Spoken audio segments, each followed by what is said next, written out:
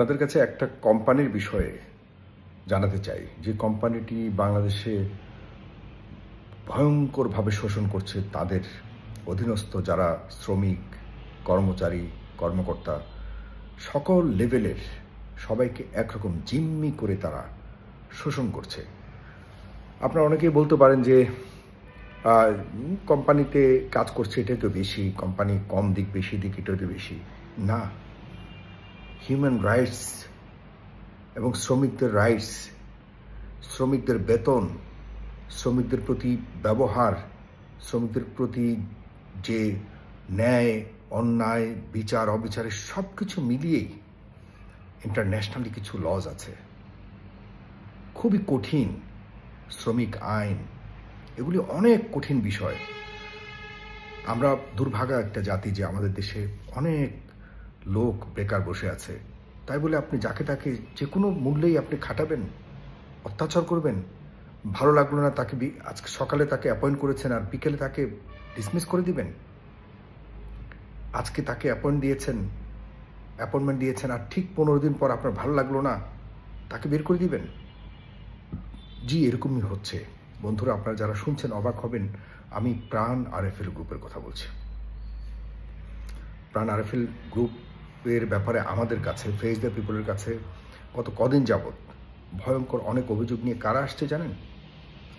Maximum সেনাবাহিনীর ব্যাকগ্রাউন্ডের উজ্জ্বল সম্ভাবনাময় যারা অফিসার ছিল, বিভিন্ন কারণে যারা অন্ততপক্ষে মেজর হবার পর তারা দেখা যাচ্ছে যে অবসর গ্রহণ করেছেন, তাদের অনেকেই আমাদের দেশে কিন্তু মাল্টিন্যাশনাল কোম্পানি থেকে শুরু করে বড় বড় অনেক কোম্পানি তাদেরকে আনে এবং চাকরি দেয়।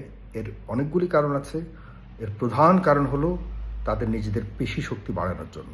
একজন আর্মি পার্সন একটা কোম্পানির যখন অধীনে কাজ করে, তখন একজন মেজর, কর্নেল বা আর্মির যে কোনো সেনা কর্মকর্তাকে রাখার পর তাকে দিয়ে যেভাবে অধীনস্থ কর্মচারী-কর্মকর্তাকে যেভাবে থ্রেটের মাধ্যমে পরিচালিত করতে পারবে, সাধারণ কোনো নাগরিকের দ্বারা সেটি করতে পারবে না। এতে করে কোম্পানি বিভিন্ন উপায়ে শোষণ করতে পারে।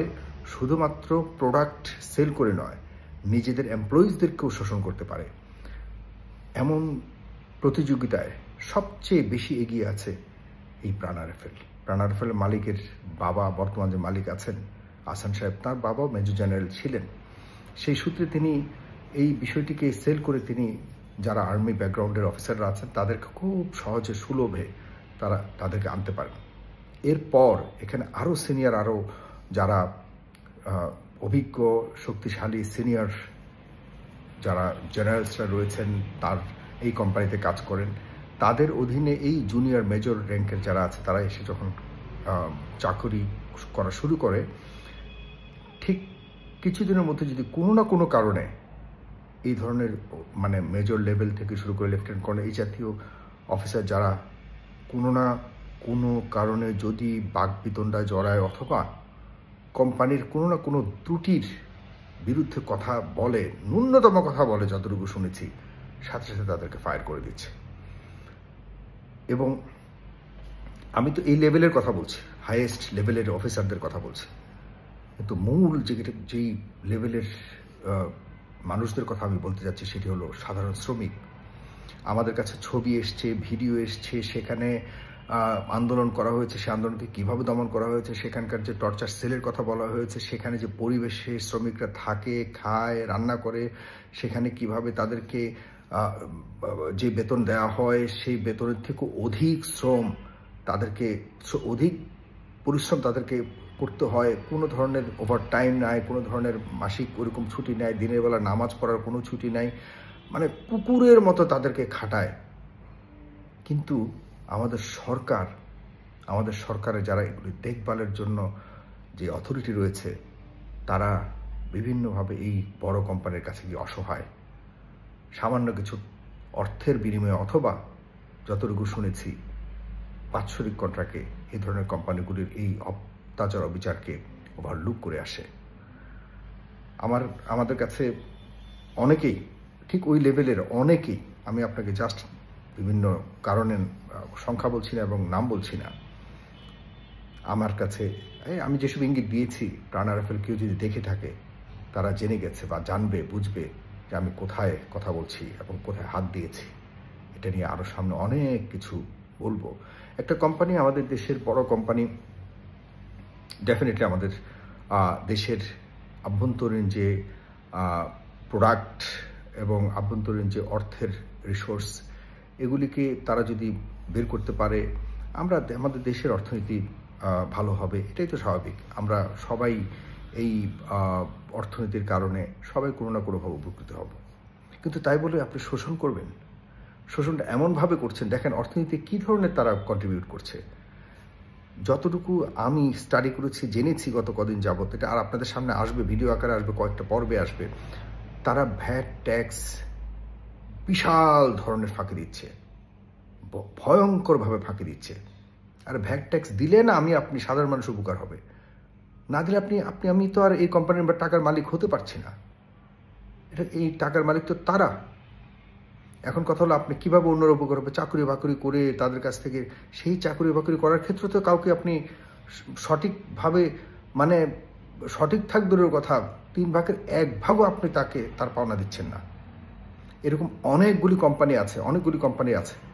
কিন্তু এই প্রাণ আরএফএলের ব্যাপারে তারা একদম রুরাল লেভেল পর্যন্ত মার্কেটকে দখল করে রেখেছে। এখন আপনি যখন একটা শ্রমিককে ঠকিয়ে আপনি কম্পিটিটিভ মার্কেটে ঢুকে আপনার প্রোডাক্টকে আপনি অন্যদের থেকে যখন সুলভ মূল্য দিবেন, এটা তো আপনি মাল বিক্রি করে আপনি লাভ করছেন না, আপনি শ্রমিককে ঠকিয়ে লাভ করছেন। জনাব হাসান সাহেব, আমাদের এখানে টিমরা কাজ করছে, আপনার এক অফিসার, তার কাছে সেই যোগাযোগ করেছে, তার কাছে আমরা ইনফরমেশনের জন্য, যে আপনাদের কাছে এইসব বিষয়ে এইসব ইনফরমেশনের বা এইসব প্রশ্নের এগেনস্টে আপনাদের কাছে কি বলার আছে, বলছে জানাবে। এখনো পর্যন্ত জানায়নি। আপনারা যদি না জানান, তাহলে আমাদের টিম আমাদের মতো করেই কিন্তু পাবলিশ করবে। এতে আমাদেরকে কখনো আর অভিযোগ দিতে পারবেন না। আমাদের কাছে দেখুন, আমরা তো যাইনি, আমাদের কাছে এসছে। আপনারা যেভাবে আপনাদের সেখানে বিভিন্ন অত্যাচার, নির্যাতন আপনারা যেভাবে করেন, কোনো শ্রমিক মুখ খুলে কথা বলতে পারে না, ন্যূনতম অভিযোগ করতে পারে না। যেই ধরনের অফিসার হোক, কর্মকর্তা হোক, একটু কথা বলেছে তো আপনারা তাকে ফায়ার করে দিচ্ছেন সাথে সাথে। এরকম অনেকেই অভিযোগ নিয়ে এসছে। আপনারা শোষণ করতে পারেন না। আমাদের দেশের মানুষকে বেকারত্বের সুযোগ নিয়ে মানুষকে আপনার একদম সস্তা শ্রমিক হিসেবে আপনারা ট্রিট করছেন। আপনারা আরেকটা তথ্য যতটুকু আপনাদেরকে জানি, আমি এর আগেও বলেছি, যে প্রাণ আরএফএল প্রতি মাসে মালিক পক্ষই শুধু প্রফিট করে, যেটা একটা জাস্ট লামসাম আইডিয়া, 400 কোটি টাকা শুধু প্রফিট করে মালিক। যারা সিওও আছে, সিইও আছে, এদের প্রতি মাসে 5 থেকে 6 কোটি টাকা বেতন ইনসেন্টিভ দেওয়া হয়। 5 থেকে 6 কোটি প্রতি 5 মাস অন্তর 6 মাস অন্তর। অথচ যারা রুরাল লেভেলে এই প্রাণ আরএফএলের সাথে বিভিন্ন স্তরে যুক্ত রয়েছে, তারা অনেকেই অন্তর কান্না, যেটাকে বলে রক্ত কান্না, কাঁদে, কাউকে বলতে পারে না। আপনারা যেসব ব্যবহার করেন, আপনাদের যারা এমপ্লয়িজরা রয়েছে, সেই অডিও সহকারে আমাদের কাছে আছে।